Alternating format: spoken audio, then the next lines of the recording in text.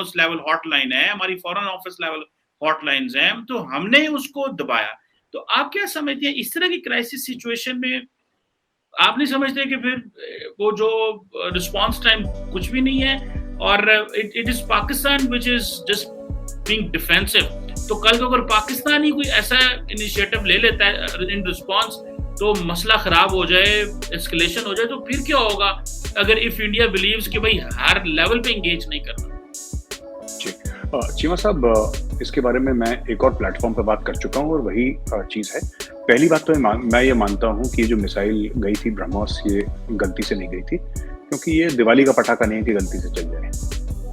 इसमें अपने safety mechanisms रहते हैं और एक नहीं छः रहते हैं सेफ्टी मैकेनिज्म्स। वो छः मैं ऐसे मुहावरतन बोल रहा हूँ, मुझे नहीं पता कितने होते हैं, लेकिन मल्टीपल सेफ्टी मैकेनिज्म्स होते हैं। तो कोई कहता है कि ब्रह्मोस जैसी one of the few most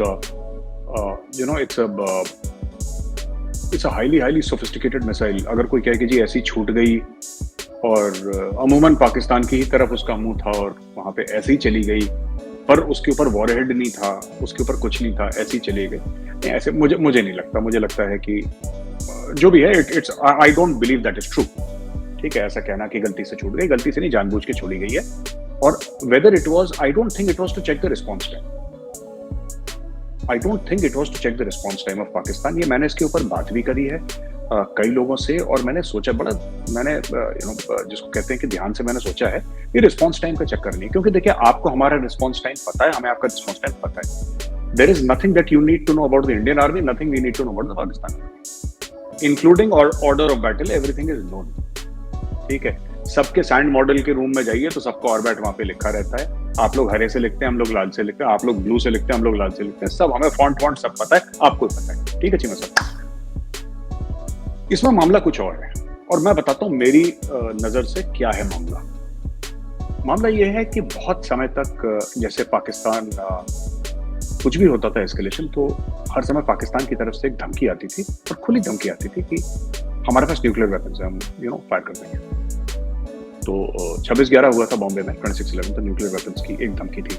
Kargil में the Indian Army did not cross the Line of Control, जबकि Pakistani forces Northern Light Infantry इस तरफ आ गई थी, काफ़ी हद तक आ गई थी, और काफ़ी स्ट्रेटेजिक हाइट्स और कुछ टैक्टिकल हाइट्स भी उन्होंने ऑक्यूपाई कर ली थी चीना साहब। जो मोदी साहब की रेजीम है, मोदी साहब की रेजीम की थिंकिंग कुछ और है। बात सिर्फ ये नहीं कि ये लोग हॉक्स हैं, पर इन लोगों ने स्टडी करा है, और इनका ये मानना है कि ये ऐसा कुछ नहीं होने वाला। आप डालें सबमरीन पाकिस्तानी वाटर्स में, कुछ नहीं होगा। आप एक मिसाइल छोड़ें, कुछ नहीं होगा। उनको, क्योंकि कई समय तक इंडिया ये कह रहा था कि अगर हमने, ये पूरी बात क्या थी कोल्ड स्टार्ट डॉक्ट्रिन की, कि अगर कोई टेरर अटैक होता है, हादसा होता है, तो there exist scope for limited war under the nuclear overhang, and एक शैलो थ्रस्ट होगा इंडिया की तरफ से। ठीक है, वो 80-120 किलोमीटर तो आपकी हो गई स्ट्राइक कोर, और 30, 40, 50, 60 किलोमीटर तक आपकी आईबीजीज या फिर आपके कोल्ड स्टार्ट डॉक्ट्रिन के तहत people can go inside Pakistan, right. फिर पाकिस्तान ने बोला कि नहीं, हमारे पास भी पाव किलो के बम है, right.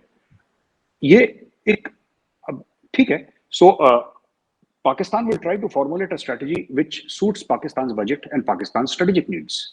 India will, have formalize a strategy which suits India's budget and India's strategic needs. हम दोनों के बजट और स्ट्रेटेजिक नीड्स अलग अलग हैं। पाकिस्तान के अपने लिए ठीक है, हमारे लिए अपने ठीक है, लेकिन यहाँ पे एक थिंकिंग आ गई है among policy makers at a very senior level, ये कुछ होने जाने वाला नहीं है, आप करते रहो, देखते हैं कहां तक होता है, देखते हैं कहां तक होता है।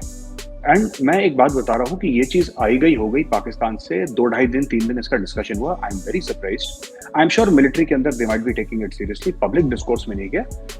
ब्रह्मोस जैसी missile which has the capability of being nuclear armed, उसका एक मुल्क से, आपने सेकेंड वर्ल्ड वॉर में कभी सुना है, जबकि टेक्नोलॉजी जीरो होती थी, आज के मुकाबले में तो जीरो टेक्नोलॉजी थी उस वक्त, आपने कभी सुना है मिसाइल गलती से आ गई कहीं पे? हाँ, कोई डडी होगी मिसाइल, मतलब this is like a proper cruise missile.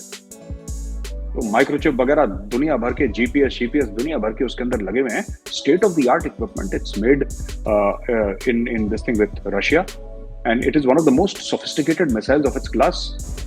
Hello everyone, हमारे चैनल पे आप सबका स्वागत है। अगर आपने अभी तक हमारे चैनल को सब्सक्राइब नहीं किया है, जल्दी से कर दीजिए।